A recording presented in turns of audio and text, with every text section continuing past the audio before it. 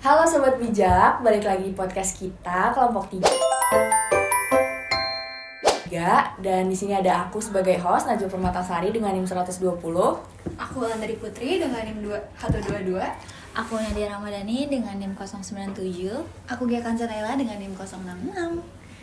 Halo guys, jadi hari ini kita itu bakal bahas topik yang relevan banget nih sama kita dan udah pasti dekat banget ya sama keseharian kita, yaitu media sosial, antara manfaat dan ancaman. Oke, jadi kita langsung masuk ke segmen 1 dulu nih. Oke, jadi kita udah ngumpulin beberapa konten-konten viral yang bakal kita bacain buat segmen 1, dimana segmen 1 ini temanya Stay or Skip. Jadi konten-konten viral yang udah kita kumpulin ini nanti kita diskusiin bareng-bareng buat kita tentuin apakah konten-konten itu pantas untuk kita komentarin, bagiin, atau yaudah kita biarin aja. Setuju. Oke. Jadi yang pertama itu ada konten tren motivasi diet. Aku kuat tanpa damai, udah lupa ingat lagi. Oke, jadi tadi itu konten pertama yang udah kita pilih itu konsepnya memang tren untuk motivasi diet. Nah, isinya itu memang si kreator ini minta untuk dihujat ya kan, secara terang-terangan sama netizen biar ada motivasi gitu, kayak aduh orang-orang udah ngeliat gue sejelek ini istilahnya, gue harus mulai diet kayak gitu. Nah, tapi dari konten tadi, komentar-komentar dari netizen tuh justru yang kayak lebih ke ngebully gitu loh, dan muncul istilah Hinodutro. Nah, sebenarnya Hinodutro itu apa sih? Jadi Hinodutro tuh truk ya teman-teman, truk muatan. Jadi dia tuh truk warnanya hijau, mereknya Hino, terus jenisnya Dutro. Jadi jadi memang Hinodutro tuh sebutan untuk orang yang obesitas, tapi versi halus, dibilang halus juga enggak, tapi ya intinya Tapi disamain sama objek besar gitu. iya, tuh ngegambarin orang-orang yang bertubuh besar. Nah, jadi dari konten tadi nih, menurut kalian yang walaupun konteksnya bercanda dan untuk motivasi, sebenarnya wajar atau lebih baik nggak usah dipakai lagi sih? Maksudnya kayak nggak apa-apa kita pakai Hinodutro, maksudnya kan itu lebih baik daripada kita katain orang gendut. Ini mau dimulai dari siapa nih? Bebas. Susun aja. Masa dari aku? Guys, voting. Dari kamu dulu deh, dari Wulan dulu deh. Oke, boleh. Kalau dari aku sendiri, menurut aku konten kayak gini nggak baik ya. Menurut aku mendingan kita skip aja video begini, karena menurut aku kayak bentuk sekecil apapun, bentuk sehalus apapun bentuk penghinaan ya, menurut aku termasuk microbullying sih. Ya nggak? Benar, dan fun fact-nya adalah orang-orang yang komen-komen jelek buat motivasi dia itu lanjut ke konten-konten selanjutnya. Jadi kayak konteksnya bukan kreator minta motivasi, tapi komen orang-orang justru ngebawa terus sampai konten-konten selanjutnya. Ya kan, kasihan banget.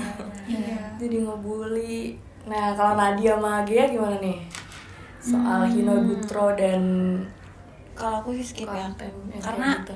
mungkin di awal-awal nih kayak aku ngeliat kok kontennya emang hooknya kan emang unik gitu ya, kok minta dihujat gitu kan. Aku baca komennya tuh kayak ya memang mungkin untuk kreator ini mungkin dia merasa puas kali ya, mungkin aja itu benar menjadi motivasi gitu. Tapi kan orang-orang di sosial media tuh banyak yang ngebaca gitu, ada yang bisa terima ada yang enggak gitu. Jadi kayak menurut aku terlalu terlalu kasar aja sih kalau misalkan ada konten kayak gitu dan dibacanya tuh bukan sama orang yang bisa menerima jokes tersebut gitu. Salah tangkap ya. Kalau dari aku sendiri setuju ya sama pendapat teman-teman. Kalau misalkan aku pribadi, kalau ngeliat konten tersebut pasti aku skip ya, karena kayak kita juga udah jadi kayak gunakan fisik orang lain tuh sebagai bahan bercanda ya, karena kan di situ jadi konteksnya pada ngebercandain si konten creator itu kan. Terus apalagi tuh berlanjut ke konten-konten dia selanjutnya, itu kayak cukup miris sih kelihatannya. Jadi lebih baik kalau ada konten-konten kayak gitu di skip aja ya guys. Betul. Skip aja. Tuh, jadi kita semua sepakat untuk skip. Oke, kita lanjut ke konten yang kedua. So, we we had a conversation on the way home. Should I stop my birth control? Oke, jadi dari konten yang kedua ini masuknya ke tren propaganda I'm not falling for. Jadi kalau misalnya ini pernah lewat di FYP kalian, pasti kalian tahu nih konteks kontennya kayak gimana. Jadi tren propaganda I'm not falling for ini di TikTok merupakan bentuk ekspresi penolakan terhadap fenomena sosial, gaya hidup, dan sebagainya yang tidak relevan sama prinsip orang-orang yang bikin konten ini. Meskipun kelihatannya sebagai bentuk kesadaran kritis, tapi ini juga munculin perdebatan sosial yang akurasi, konteks, dan bias dalam menyampaikan opini. Nah, kalau misalnya dari teman-teman semua nih, dari Gia, Nadia, dan juga Wulan, kalian tuh mau gak sih ngikutin konten kayak gini? Kayak apakah kalian bakal bikin, gue juga mau bikin konten kayak gini, beropini gitu. Dan kalau misalnya bikin kenapa, kalau misalnya nggak bikin kenapa? Oke. Boleh aku dulu lagi ya? Boleh. Kalau misalnya aku pribadi ya, mungkin iya, tapi tidak juga. Waduh, kenapa tuh? Setengah-tengah. Ya, jadi kayak kalau misalnya aku ikut, aku nyoba bikin konten kayak gini, mungkin aku bakal ngasih caption yang berisi penjelasan kenapa sih aku menganggap hal ini tuh propaganda gitu, dan tanda kutip propaganda buat aku gitu. Jadi kayak aku kasih alasan-alasan yang aku jabarin, jadi nggak menimbulkan bias juga kan ya ke audiensnya gitu. Tapi kalau misalnya aku lihat nih ada kreator yang bikin konten gitu, dan kita pasti bakal ngeliat kan, bingung nih maksud dia tuh gimana sih, kenapa dia nggak setuju sama hal tersebut gitu. Mungkin aku bakal cek faktanya dulu ya, kayak cek lebih dahulu sebelum ikut-ikutan komen gitu. Tapi kalau misalnya emang terlalu bias, menurut aku mendingan di skip aja sih. Oke, berarti kalau misalnya mau bikin, kasih disclaimer atau konteks ya, biar penonton ngerti, nggak salah tangkap atau kayak gimana. Betul. Tapi better di skip. Kita di skip aja sih guys. Iya. Sebenarnya kalau menurut aku tuh kayak kayak gini tuh juga suka nimbulin ini gak sih, kayak pro kontra gitu. Karena kebanyakan yang kayak, kok lo bisa sih nggak suka sama ini gitu, kok lo kayak jatuhnya sampai ada yang kayak, kalau misalnya kalian baca komen-komen itu kayak pick me banget. Contohnya kayak misalkan ada yang ngomong, gue nggak suka sama Labubu gitu kan, propagandanya I'm not falling for tuh kayak Labubu apalah segala macam yang emang viral. Tapi ada yang memang suka banget sama Labubu, jadi kan kayak tersinggung gitu loh kayaknya kan. Jadi kayak kalau dari aku sih kayaknya nggak usah deh, itu sebenarnya maksudnya opini pribadi aja sih gitu kan, subjektif aja. Mungkin kalau emang mau posting ya kayak kata Wulan gitu, kita kasih disclaimer kenapa gitu, bukan karena kita kayak gimana ya, kita nggak suka tuh bukan orang lain nggak boleh juga gitu loh. Kayak gitu.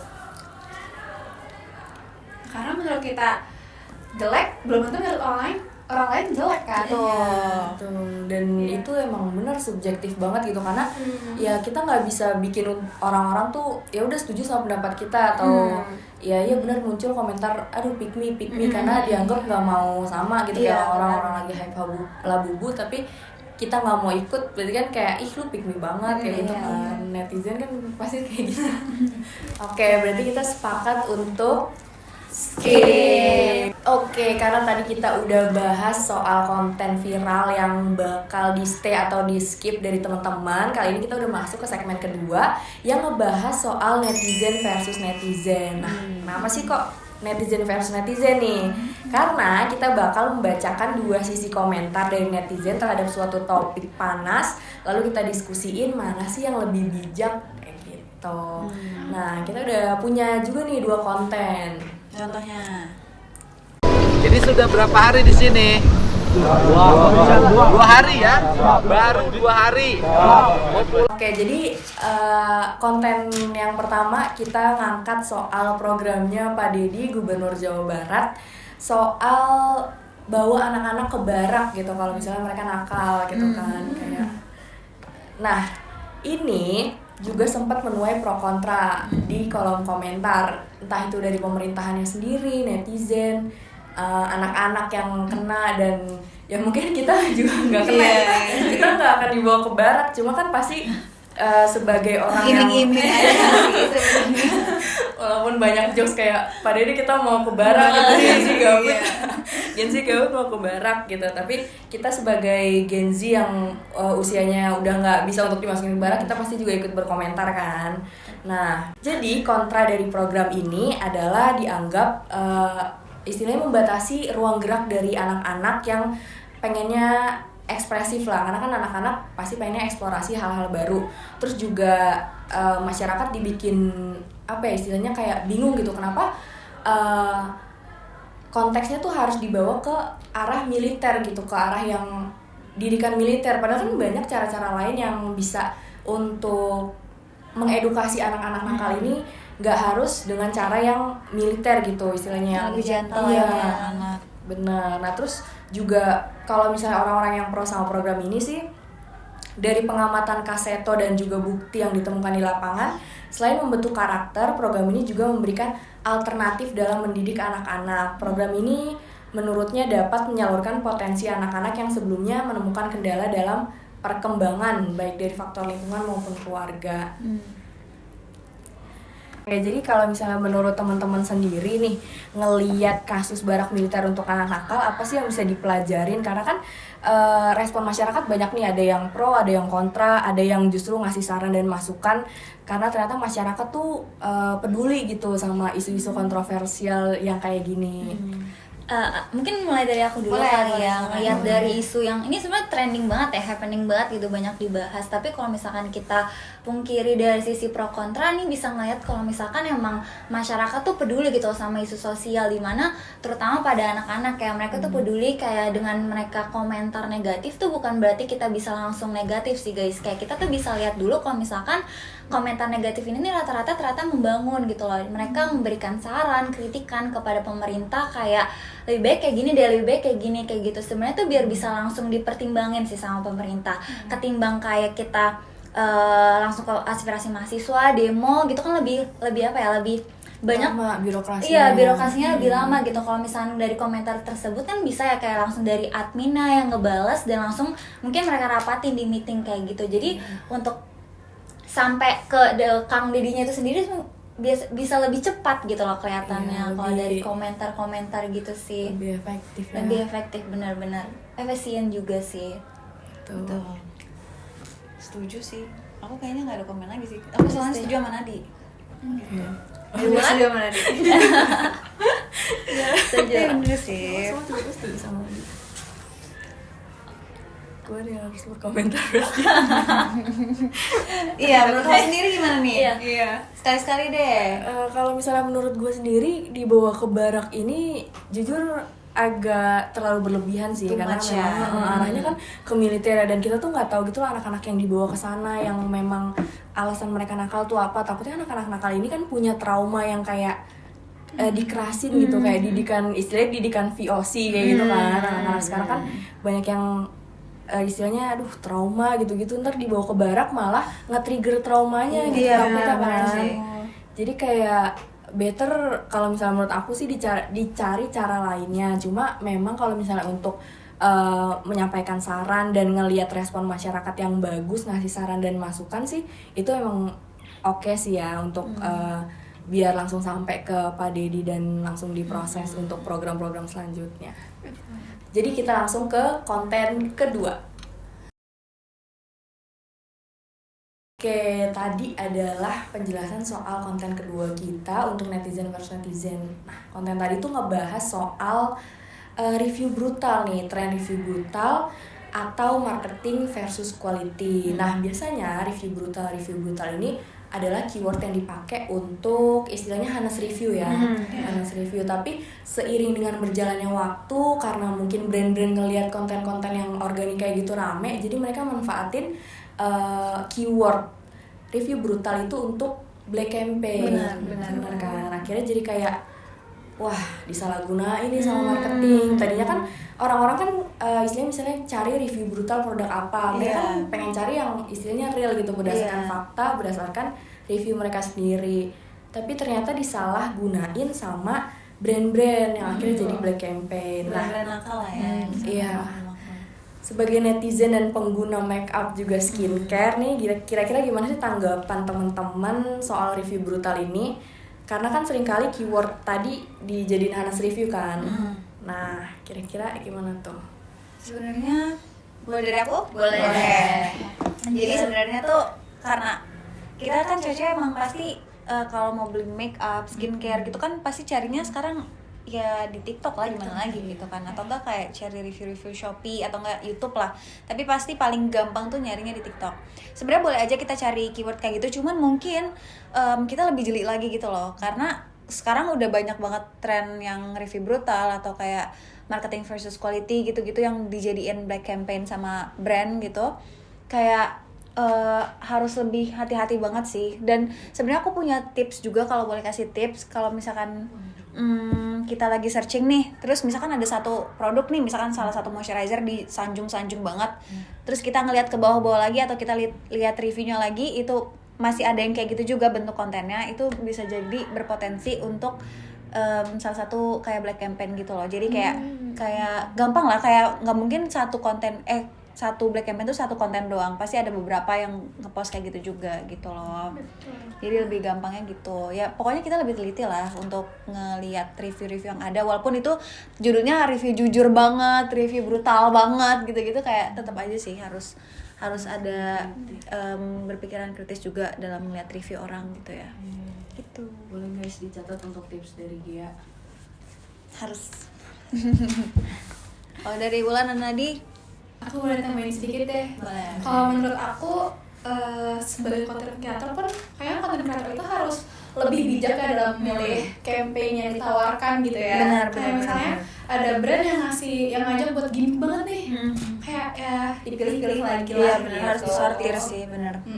Jadi ya kan sebagai seorang content creator itu kan tujuannya kan menginfluence orang ya. Kalau misalnya influencer kan ada yang bijak, ada yang enggak, ada yang baik, ada yang enggak. Jadi cobalah menjadi content creator yang bijak, Yang bijak, yang jujur. Kalau misalnya memang nggak cocok, bilang nggak cocok. Atau enggak kalau dari aku sendiri kebetulan aku berprofesi sebagai itu sekarang ya. Jadi kayak aku tuh kalau misalnya nggak cocok sama produk, aku beneran cuma bilang ke brandnya kayaknya nggak bisa lanjut kerja sama karena emang nggak cocok. Aku nggak mau bikin orang-orang tuh ngerasa aku selalu cocok sama sesuatu, enggak. Karena banyak yang aku nggak cocok, daripada aku lanjutin kerja terus aku jatuhnya kayak ngebohongin orang. Jadi kayak lebih baik enggak gitu loh. Jadi emang rata-rata yang sebisa mungkin yang aku posting itu tuh sesuai dengan apa yang aku rasain gitu loh. Kayak kalau misalkan pun ada brief, aku pasti akan selipin review pribadi aku, kayak misalkan kalau make up ini tone kecerahan atau range foundationnya kurang banyak, kayak gitu pasti akan aku sampaikan gitu.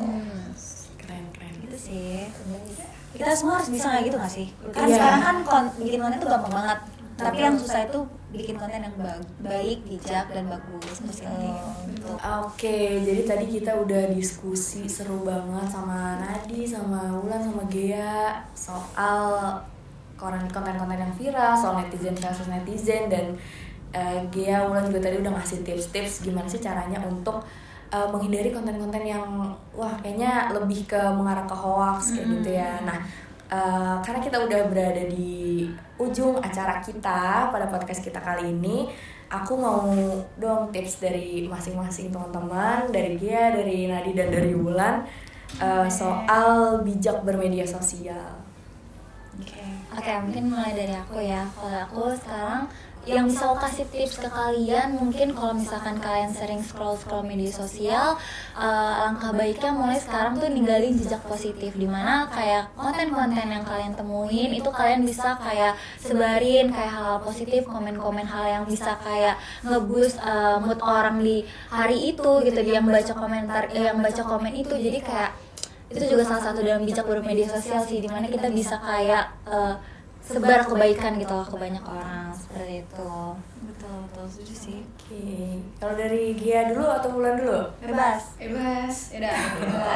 Oke. Kan seperti tadi kita bicarakan ya, diskusikan, itu banyak banget tren yang bisa memicu perdebatan, kesalahpahaman. Nah, kita tuh nggak bisa melarang orang lain untuk stop, berhenti ngelakuin video konten tersebut, tapi kita bisa mulai dari diri sendiri. Jadi kita lebih bijaklah dalam membuat konten. Tapi sebenarnya kalau dari aku sih kurang lebih sama ya sama teman-teman juga, karena kita tuh dasarnya emang nggak bisa ngekontrol orang lain sih. Kayak kita nggak bisa ngekontrol orang lain mau dia searching apa, upload apa, komentar apa, berpendapat apa, kita nggak bisa ngekontrol. Tapi yang kita bisa kontrol ya balik lagi ke diri kita sendiri gitu kan. Kita mau ninggalin jejak apa, misalnya kayak kita komentar, like, save, atau dislike bahkan, ataupun kayak kita ngepost konten tuh yang bisa kontrol ya diri kita sendiri gitu. Jadi sebisa mungkin dari kitanya juga mulai buat konten yang positif biar juga algoritma FYP gitu ya, algoritma sosial media kita tuh juga tetap hal yang positif gitu, karena kan algoritma tuh berdasarkan apa yang kita sering searching, apa yang kita sering like gitu kan. Jadi sebisa mungkin kita jaga algoritma positif tuh tetap kayak gitu. Oke, keren banget ya guys tips-tips dari langsung kita hari ini. Jadi sekian dari kita, kalau ada kurang lebihnya mohon maaf. Terima kasih sudah menonton. Bye.